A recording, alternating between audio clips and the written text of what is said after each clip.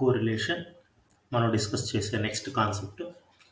ఈ rank correlation coefficient మనం already correlation coefficient గురించి డిస్కస్ చేసాం. Now we're going to discuss rank correlation. అంటే కోరిలేషన్ అంటే జస్ట్ వాల్యూస్ ఇస్తారు, టూ వాల్యూస్ మధ్య రిలేషన్ చెప్పేస్తాం. బట్ ఇక్కడ మనకున్నటువంటి మార్క్స్ ఇవ్వచ్చు, ఆ మార్క్స్కి ర్యాంక్స్ని బట్టి రిలేషన్ ఎలా ఉంది ఫైండ్ అవుట్ చేయాలి. By basing on ranks, we are going to find correlation. We are going to relate the two variables. So compared to correlation coefficient, finding rank correlation is very easy. Just ranks find out చేయడం, rank correlation కనుక్కోవడం. కొన్ని ప్రాబ్లమ్స్లో ranks ఇచ్చేసి ఉంటాడు, ranks ఇస్తే డైరెక్ట్గా difference between ranks కనుక్కొని మనం find out చేస్తాం. అది ఎలా ఫైండ్ అవుట్ చేస్తాం ఇప్పుడు చూద్దాం. చాలా easy and important topic. So rank correlation topic, our topic is now. Our topic is rank correlation coefficient. How to find rank correlation when ranks are given. Okay, shall we start the session?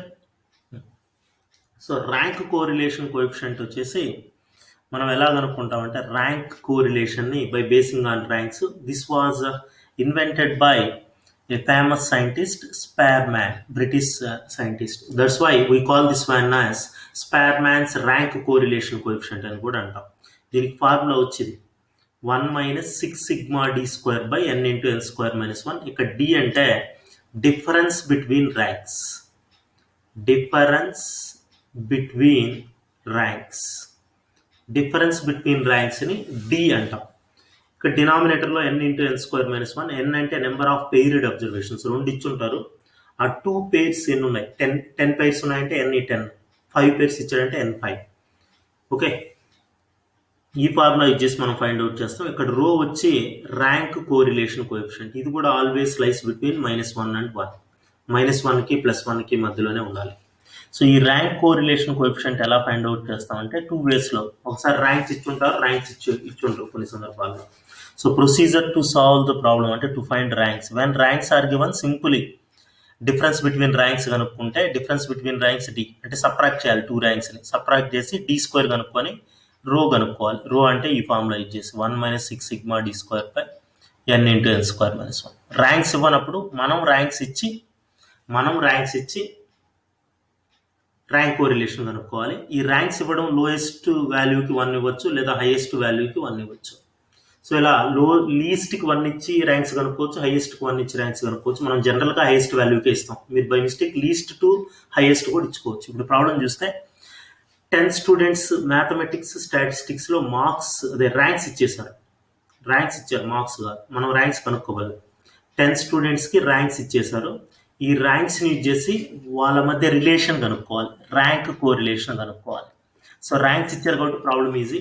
For example ఎక్స్ని maths ranks, వైని stats ranks అనుకుంటే ఇవి given, ఇవి ఇచ్చేసారు. ఈ రెండు difference ఇది ఇక్కడ రాస్తాం. అంటే 1 మైనస్ 2 ఎంత, 2 minus 4 minus 2, 3 minus 1, 4 minus 5, 5 minus 3 అలా రాస్తాం. వీటిని స్క్వేర్ చేస్తాం. -1 whole square 1, -2 whole square 4, 2 square 4, -1 whole square 4, 2 square 4 ఇలా స్క్వేర్ చేసి ఈ మొత్తం యాడ్ చేస్తే 40 వచ్చింది. ఈ 40ని ఏమంటామంటే సిగ్మా డి స్క్వేర్ అంటాం. ఇప్పుడు ఈ ఫార్ములాలో 1 minus 6 sigma D square, sigma D square వచ్చి 40. ఎన్ని పెయిర్ ఆఫ్ వాల్యూస్ ఉన్నాయి, 10 పెయిర్స్ ఉన్నాయి. 10 మ్యాథ్స్ 10 స్టాట్స్ 10 పెయిర్స్ కాబట్టి n 10 మనం రాసామంటే 1 minus 6 into 40 by 6 into 40 by 10 into 10 square minus 1. 6 into 40 అంటే 240, 990 వస్తుంది. మీరు క్యాల్సి యూస్ చేయండి. 0.7 గుర్తుపెట్టుకోండి. Rho always lies between -1 and +1, 1 cross కాకూడదు. సో ఇప్పుడు ర్యాంక్స్ ఇస్తే అలా కాకుండా మార్క్స్ ఇచ్చేసాడు. 5 సబ్జెక్ట్స్లో అంటే మ్యాథమెటిక్స్ అండ్ స్టాటిస్టిక్స్లో 5 కాలేజ్ స్టూడెంట్స్ మార్క్స్ ఇచ్చారు. అయితే calculate Spearman's rank correlation coefficient. Marks ఇస్తే ర్యాంక్స్ ఇవ్వాలి. ర్యాంక్స్ ఇవ్వడం చాలా ఈజీ, ర్యాంక్స్ తెచ్చుకోవడం కష్టం. కానీ ర్యాంక్స్ మనం చాలా ఈజీగా ఇవ్వచ్చు. ఎలా అంటే హైయెస్ట్ మార్క్స్ వచ్చిన వాళ్ళకి ఫస్ట్ ర్యాంక్ ఇస్తాం. హైయెస్ట్ మార్క్స్ ఏంటి, 90 వచ్చిన వాళ్ళకి first rank. Next highest 85 second rank. Next highest 73 third rank. Next 60కి 4th ర్యాంక్, 40కి 5th ర్యాంక్. అలానే స్టాట్స్లో కూడా highest marks 93 first rank. Next highest 80 second rank, 75 third rank, 65 4th, 55. So ఈ రెండింటి మధ్య డిఫరెన్స్ ఇంతకుముందు ప్రాబ్లం లాగా 2 మైనస్ 1 1, 4 మైనస్ 3, 4ని 3 డిఫరెన్స్ 1, 3 - 4 - 1, 5 - 5 0, 1 - 1 - 1 వీటిని స్క్వేర్ చేయాలి. స్క్వేర్ చేస్తే అన్ని ప్లస్లు అయిపోతాయి. ఈ మొత్తం యాడ్ చేస్తే 4 వస్తుంది. ఈ 4 నేను ఏం చెప్తున్నాను నేను సిగ్మా డి స్క్వేర్. ఇప్పుడు ఎన్ వచ్చి 5 pair of values, sigma D square వచ్చి 4. సో ర్యాంక్ కోరిలేషన్ కోఎఫిషియంట్లో సిగ్మా డి స్క్వేర్ ప్లస్లో 4, ఎన్ ప్లస్లో 5 రాసామంటే 0.8 వచ్చింది. ఇలా మనం ర్యాంక్ కోరిలేషన్ ఈజీగా కనుక్కోవచ్చు. ఎప్పుడు ర్యాంక్స్ రిపీట్ అవ్వవు అంటే మనం ఇప్పుడు ఇక్కడ మ్యాథ్స్ 5 మార్క్స్ చూసాము, స్టాట్స్ చూసాము. ఎవరికైనా మార్క్స్ ఒకే మార్క్స్ ఇద్దరికి వచ్చాయి అలా వస్తే ఎలా చేయాలి? ఒకవేళ ర్యాంక్స్ రిపీట్ అయితే for repeated ranks how we are going to evaluate rank correlation coefficient అనేది next concept. Equal or repeated ranks వస్తాయి, ఈక్వల్ లేదా రిపీటెడ్ ర్యాంక్స్ వచ్చాయి అంటే ఎవరికైనా ఇద్దరికి సేమ్ మార్క్స్ వచ్చినప్పుడు మనం ఎలా క్యాలిక్యులేట్ చేస్తాం, ర్యాంక్స్ ఎలా ఇస్తాము అంటే నేను ఇక్కడ రాసుండే ప్రొసీజర్ సింపుల్గా చెప్తున్నాను. ఫర్ ఎగ్జాంపుల్ 40 దగ్గర మీరు 5th ర్యాంక్ ఇవ్వాలి, కానీ 40 ఇంకొకరికి కూడా వచ్చున్నది. ఓకే, అప్పుడు ఏం చేస్తారంటే 5th ర్యాంక్ నుంచి 2 ర్యాంక్స్ అజ్యూమ్ చేసుకోవాలి. 5 + 6/2 ఎంత 5.5 రెండింటికి ఇచ్చేస్తారు. ఫర్ ఎగ్జాంపుల్ 70 దగ్గర మీరు 6th ర్యాంక్ ఇవ్వాలి. ఓకే, ఈ 73 మెంబర్స్కి వచ్చున్నది. అప్పుడు ఏం చేయాలంటే 6 నుంచి 3 ర్యాంక్స్ అజ్యూమ్ చేసుకోవాలి. 6 + 7 + 8/3 చేయాలి. ఓకే, 3 చేస్తే ఏ వాల్యూ వస్తుందో ఆ వాల్యూ ఈ ముగ్గురికి ఇచ్చేసేయాలి, ముగ్గురికి అదే ర్యాంక్ ఇవ్వాలి. నెక్స్ట్ ర్యాంక్ ఫర్ ఎగ్జాంపుల్ 68 ఉంది, నెక్స్ట్ ర్యాంక్ ఎంత ఇవ్వాలంటే 8 వరకు అజ్యూమ్ చేసుకున్నారు, 9 ఇవ్వాలి. ఇక్కడికి వచ్చామనుకో 40కి 5.5 ఇస్తారు. 38 ఉంది, నెక్స్ట్ ర్యాంక్ ఎంత ఇవ్వాలి? ఆల్రెడీ 6 వరకు అజ్యూమ్ చేసుకున్నారు కాబట్టి 7th ర్యాంక్ ఇవ్వాలి. ఇలా మనం ర్యాంక్స్ ఇస్తూ వస్తాం. ఒకవేళ 4 టైమ్స్ రిపీట్ అయింది అనుకో బై 4 చేస్తాం 4 ర్యాంక్స్కి. ఓకే, అయితే ఇక్కడ ఏంటంటే ఫార్ములా ఏంటంటే ఇలా ఉంటుంది. రో = 1 - 6 sigma D square plus 1/12 into m³ - m plus 1/12 into m³ - m, ఇది సో ఆన్ ఉంటుంది, బై n³ - n. ఓకే, మీకు వచ్చే కన్ఫ్యూజన్ ఇది ఒకటే. సిగ్మా డి స్క్వేర్ అంటే ఆ డిఫరెన్స్ కనుక్కొని స్క్వేర్ చేస్తే వస్తుంది. m³ - m ఎన్ని రాయాలి ఇవంటే ఫర్ ఎగ్జాంపుల్ ఎక్స్లో 2 వాల్యూస్ రిపీట్ అయినాయి, వైలో 1 వాల్యూ రిపీట్ అయింది. మొత్తం ఎన్ని వాల్యూస్ రిపీట్ అయినాయి? 3 వాల్యూస్. సో 3 టైమ్స్ మీరు m³ - m/12 రాయాలి ఫార్ములాలో, 3 టైమ్స్ రాయాలి. అయితే ఈ m వాల్యూ ఎంత అంటే ఎక్స్లో 2 వాల్యూస్ రిపీట్ అయినాయి కదా, ఒక వాల్యూ 2 టైమ్స్ రిపీట్ అయింది, ఇంకొక వాల్యూ 3 టైమ్స్ అనుకోండి. ఒక m 2 రాయాలి, ఇంకొక m 3 రాయాలి. వైలో ఉన్నటువంటి ఒక వాల్యూ 2 టైమ్స్ రిపీట్ అయితే ఇంకొక m2 అంటే 2 mలకు 2 రాయాలి, ఇంకొక mకి 3. అది ఎక్కడైనా రాయొచ్చు మీరు 1/12 m³ - m. అర్థమైందా? మళ్ళీ చెప్తున్నాను ఒకసారి. ఎక్స్లో 2 వాల్యూస్ రిపీట్ అయినాయి, వైలో 1 వాల్యూ రిపీట్ అయింది. అప్పుడు టోటల్ 3 వాల్యూస్ రిపీట్ అయినాయి కాబట్టి 3 టైమ్స్ 1/12 m³ - m ఫార్ములాలో రాయాలి. అయితే ఈ m వాల్యూస్ ఏంటంటే ఎక్స్లో 2 వాల్యూస్ రిపీట్ అయినాయి, ఒక వాల్యూ 2 టైమ్స్ రిపీట్ అయింది, అప్పుడు ఒక m వాల్యూ 2 రాయండి. ఇంకొక వాల్యూ 3 టైమ్స్ రిపీట్ అయింది, ఇంకొక m వాల్యూ 3 రాయండి. వైలో ఒక వాల్యూవే రిపీట్ అయింది, 2 టైమ్స్ రిపీట్ అయింది. సో ఇంకొక m³ - mలో 2 రాసేసాయండి. ఓకే, అలా మనం ర్యాంక్స్ క్యాలిక్యులేట్ చేస్తాం. ఇప్పుడు ఒక ప్రాబ్లం చేద్దాం, మీకు క్లారిటీ వస్తుంది. నేను ఇప్పుడు చెప్పింది ఆ డేటాలో ఇస్తున్నాను, మీరు కావాలంటే చదువుకోవచ్చు అది. సో ఇప్పుడు మనం ప్రాబ్లం చేసామంటే క్లారిటీ వస్తుంది. ఇది ప్రాబ్లం. దీనికి ర్యాంక్ కోరిలేషన్ కనుక్కోవాలి. సో నేను ఇక్కడ ర్యాంక్స్ ఇచ్చున్నాను ఆల్రెడీ. ఇక్కడ చూడండి, ఇక్కడ హైయెస్ట్ మార్క్స్ ఏది, దానికి ఫస్ట్ ర్యాంక్ ఇవ్వాలి. 65 హైయెస్ట్, ఫస్ట్ ర్యాంక్ ఇచ్చాను. నెక్స్ట్ హైయెస్ట్ ఏంటి? 57 సెకండ్ ర్యాంక్ ఇచ్చారు. నెక్స్ట్ హైయెస్ట్ 48 థర్డ్ ర్యాంక్ ఇచ్చాను.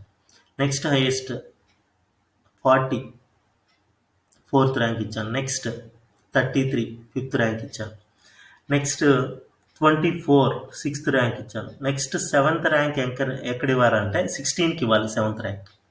కానీ 16 1 2 3 సార్లు రిపీట్ అయింది.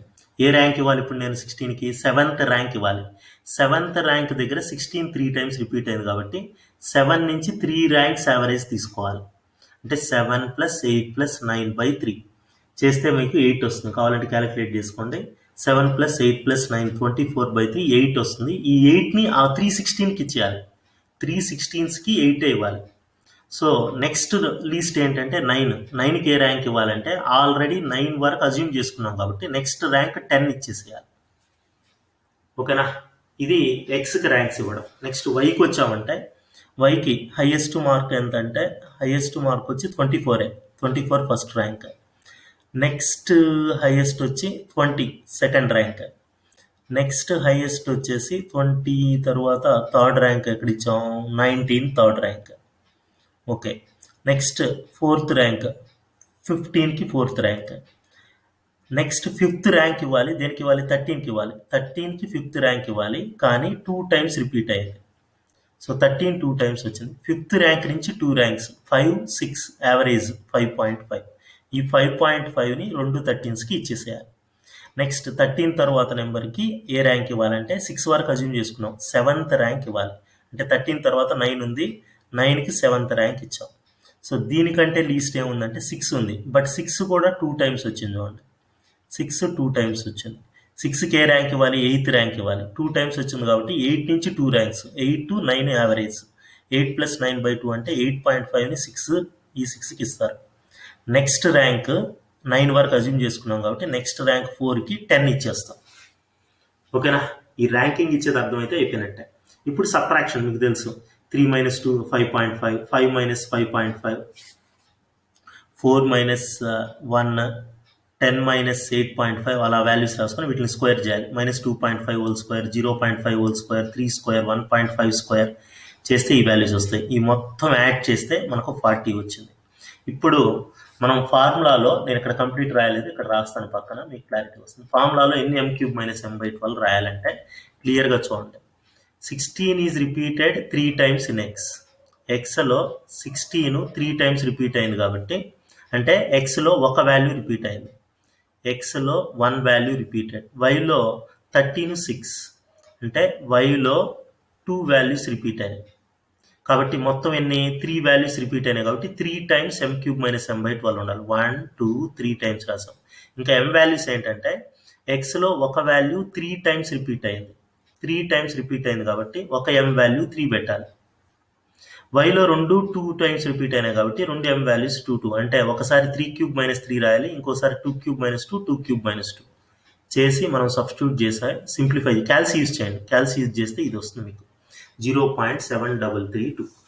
సో అలానే ఈ ప్రాబ్లం కూడా చూడండి. ఈ ర్యాంక్స్ ఇచ్చేది ఒక్కసారి, ర్యాంక్స్ ఇచ్చేది కొంచెం మీరు అర్థం చేసుకోగలిగితే ఒకసారి రిపీట్ చేసుకోండి. నేను చెప్పిన దాన్ని పాస్ చేసి మళ్ళీ రివైండ్ చేసి చూసారంటే మీకు క్లియర్గా అర్థమైపోతుంది మనం ఎలా చేస్తున్నాం అనేది. అది క్లియర్. ర్యాంక్స్ ద్వారా ర్యాంక్ కోరిలేషన్ కనుక్కోవడం, ర్యాంక్స్ ఫైండ్ అవుట్ చేసి ఫైండింగ్ ర్యాంక్ కోరిలేషన్. దాంట్లో 2 టైప్స్. ర్యాంక్స్ రిపీట్ కాకపోతే ఈజీగా చేసుకుంటూ వెళ్తాం, ర్యాంక్స్ రిపీట్ అయితే ఎలా ర్యాంక్స్ ఇవ్వాలి అనేది మీకు ఒక్కటి అర్థమైతే చాలు. ఈ ప్రాబ్లం చాలా ఈజీ, చాలా ఇంపార్టెంట్ కూడా. స్పార్మాన్స్ ర్యాంక్ కోరిలేషన్ కోఎఫిషియంట్ అంటాం. సో కోరిలేషన్ కోఎఫిషియంట్ చాలా ఇంపార్టెంట్ టాపిక్. ఓకేనా.